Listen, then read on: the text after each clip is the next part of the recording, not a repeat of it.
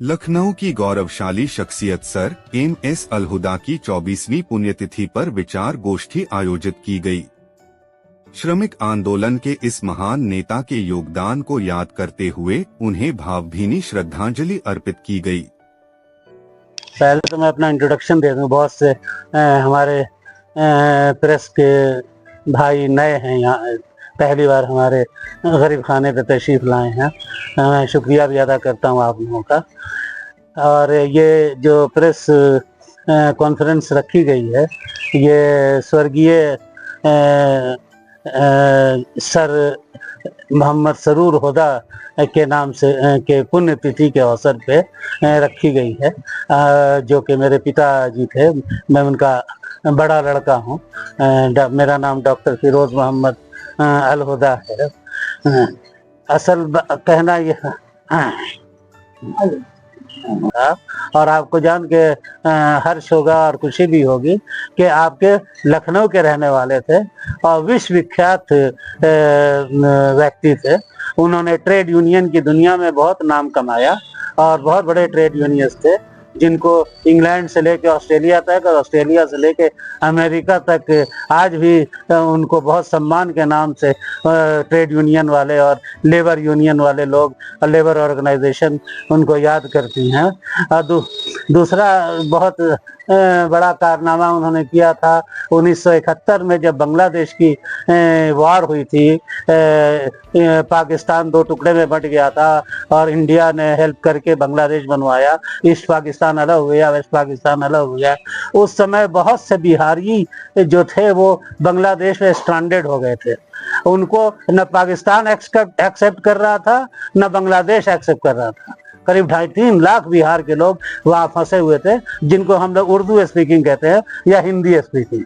तो उनके लिए मेरे पिताजी सर एम.एस. अलहुदा ने एक मूवमेंट चलाया इंग्लैंड में रह करके, और इंडिया और पाकिस्तान की गवर्नमेंट पे प्रेशर डलवाया कि आखिर ये 2.5-3 लाख लोग जाएंगे कहाँ?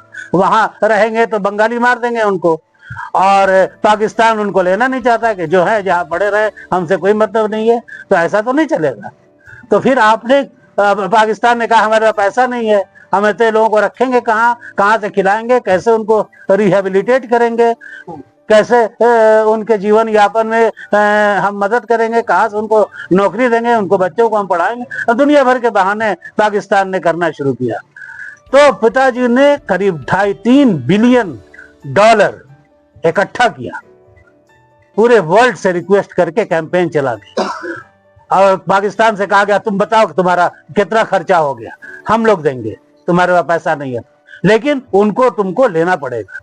बिहारी जो फंसे हुए हैं, जो बंगाल में इस वक्त खतरे में हैं, उनकी जान मार दी जाएगी, आखिर वो जाएंगे कहाँ?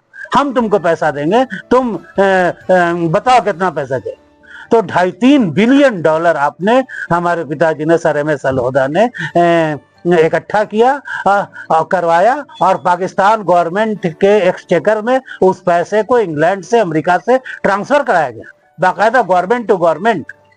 जब पैसा पाकिस्तान को मिल गया, तब वो 2.5-3 लाख लोग कोई शिप से, कोई प्लेन से, कोई किसी तरह से श्रीलंका होते हुए घूम करके वो पाकिस्तान पहुंचे। तो ये बहुत बड़ा कारनामा था जिसकी बहुत सराहना की गई, और शायद यही कारण था कि मेरे पिताजी से खुश होकर के इंग्लैंड की गवर्नमेंट ने और महारानी ने, बहुत कम लोगों को, आप जानते होंगे सर का खिताब बहुत चुनिंदा लोगों को मिलता है, तो सर का खिताब उनको दिया गया, जिसको नाइटहुड कहते हैं अंग्रेजी में। तो उनको नाइट किया गया। देखिए आपके पीछे ये फोटो है क्वीन एलिजाबेथ II, जिनका अभी कुछ दिन पहले देहांत हुआ, 3-4 साल पहले। वो अपने हाथों से मेडल पहना रही हैं सर एम.एस. अलहुदा को, और उनको OBE से सम्मानित किया गया। OBE कहा जाता order of the British Empire. तो सर का खिताब तो मिला ही, साथ साथ OBE भी मिला, और एक और सम्मान भारत सरकार ने भी दिया, जो क्या था, भारत विदेश सम्मान। हाँ, भारत विदेश सम्मान। आप रहते थे लंदन में, क्योंकि आपकी जो जॉब थी, ITF एक ऑर्गेनाइजेशन है, इंटरनेशनल ट्रांसपोर्ट वर्कर्स फेडरेशन, उसका हेडक्वार्टर लंदन है। तो वहाँ वो रहते थे, पूरे वर्ल्ड में वो टूर करते थे, काम करते थे। लेबर यूनियन को एस्टेब्लिश करने में आपने बहुत बड़ा काम किया। तो लेबर यूनियन तो एक जगह थी ही। और ये भी बता दें कि AIRF जो ऑल इंडिया रेलवे फेडरेशन है, बहुत बड़ी संस्था है पूरे इंडिया की, दिल्ली में, उसके आप सीनियर वाइस प्रेसिडेंट भी रहे। और ईस्टर्न रेलवे मेंस यूनियन जो कि कलकत्ता में है, उसके आपको जो प्रेस विज्ञप्ति दी गई उसमें भी मेंशन किया गया है। कलकत्ता जमालपुर के वर्कशॉप से आपने अपना कैरियर शुरू किया ट्रेड यूनियन का, और ईस्टर्न रेलवे मैन यूनियन के आप प्रेसिडेंट चुने गए 1960 के दशक में। उस समय जयप्रकाश नारायण AIRF के प्रेसिडेंट हुआ करते थे। उन्होंने ही फिर पिताजी के बड़े घनिष्ठ संबंध थे जयप्रकाश नारायण जी से, उन्होंने वाइस प्रेसिडेंट बनवाया फिर सर MS अलहुदा को।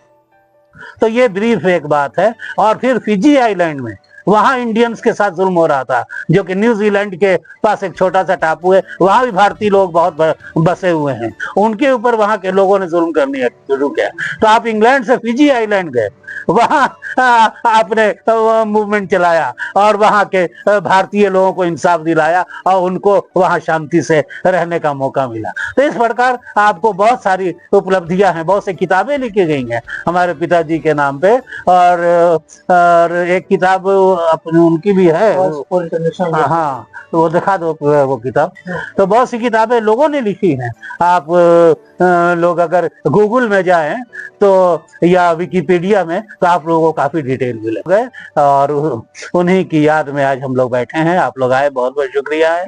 और इस मैसेज को, उनके किए हुए कारनामों को, उनके काम को जहां तक आप लोग जितना दूर तक पहुंचा सके पहुंचाइए, उनकी आत्मा को शांति मिलेगी।